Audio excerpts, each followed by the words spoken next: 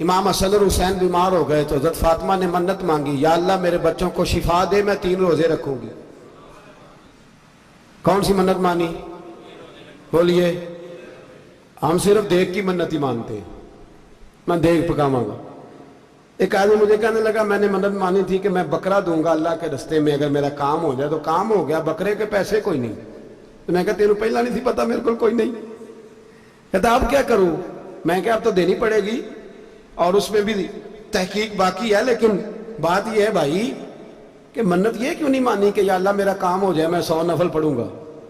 جو بھی منت مانگتا ہے وہ دیکھ کی مان لیتا ہے، بکرے کی منت ہی مانتے ہو، یہ کیوں نہیں منت مانتے کہ یا اللہ میرا کام ہو جائے تو میں پورا قرآن شریف ختم کروں گا؟ یہ ذرا پڑھنا پڑتا ہے، اس لیے عبادت کرنی پڑتی ہے، اس لیے اس کی منت ہی نہیں مانتے سرے سے۔ حضرت فاطمہ نے کیا منت مانگی؟ بچے صحیح ہو جائیں گے تو بولیے 3 روزے رکھوں گی۔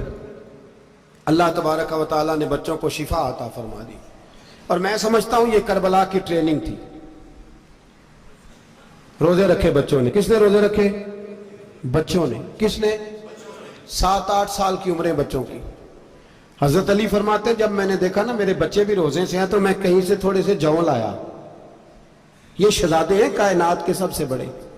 فرماتے میں نے بی بی پاک کو دیے تو سیدہ پاک نے جوں پیسے روٹیاں پکائیں، اور جب عین افطاری کے وقت کھانا سامنے آیا تو دروازے پہ بھکاری آیا، عین بڑا بے نیاز ہے اللہ، عجیب رنگ ہے مالک کا۔ عین افطاری کا وقت جب آدمی کہتا ہے کہ فٹافٹ ہو جائے، بھکاری دروازے پہ آیا اور اس نے صدا دی، او میرے رسول کے گھر والوں، کئی دنوں سے روٹی نہیں کھائی۔ حضرت علی نے، حضرت فاطمہ نے بچوں کی طرف دیکھا تو امام حسین چھوٹے تھے سب سے، انہوں نے سب سے پہلے برتن اٹھائے کھانے والے، اور کہنے لگی اماں میں نہ دیکھ آؤں۔ حضرت فاطمہ رشک کرنے لگی، مصطفیٰ کے نواسے باہر گئے، اپنے حصے کا کھانا وَيُبْصِرُونَ عَلَىٰ أَنفُسِهِمْ وَلَوْ كَانَ بِهِمْ خَصَاصَةٌ، اللہ فرماتے انہیں بڑی اشد ضرورت بھی ہو پھر بھی وہ دوسروں پہ اثار کر دیتے۔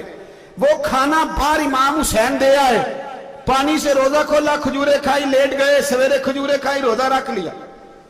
شام ہوئی تو حضرت علی فرماتے ہیں میں پھر اگلے دن کے روزے کے لیے جوں لایا، فاطمہ نے پیچھے روٹیاں پکائیں۔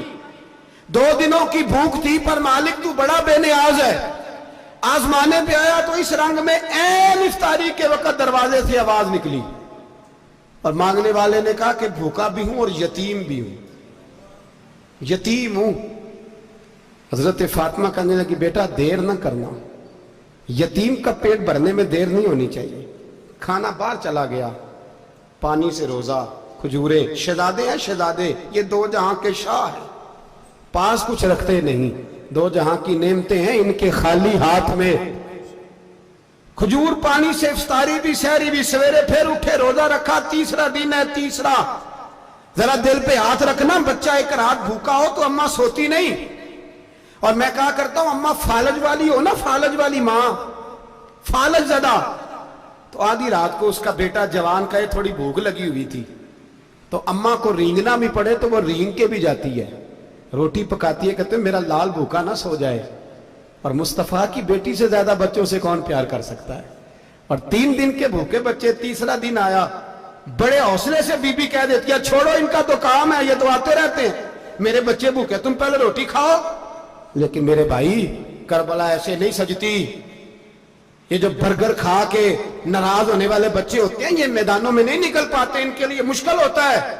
حضرت فاطمہ نے، حضرت علی نے ڈیوٹی کی، ڈیوٹی اپنے بچوں کو تیار کیا کربلا کے لیے۔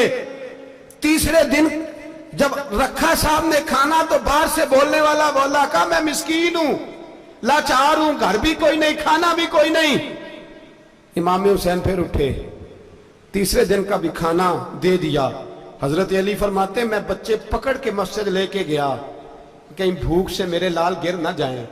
کہتے ہیں ہامتے کامتے تینوں شہزادے مسجد میں داخل جو ہوئے تو بس ہماری قیمت پڑ گئی، مول پڑ گیا ہمارا۔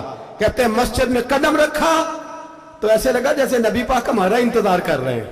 فرماتے ہیں تیسرے دن کی مغرب پڑھنے گئے تو حضور نے تینوں باپ بیٹوں کو چہرے دیکھے، فرمایا علی یہ جبریل کھڑے ہیں اور فرما رہے ہیں تیرے 3 دن کا عمل خدا کو بھی بڑا پسند آیا ہے، محمد مصطفیٰ کو بھی بڑا پسند آیا ہے۔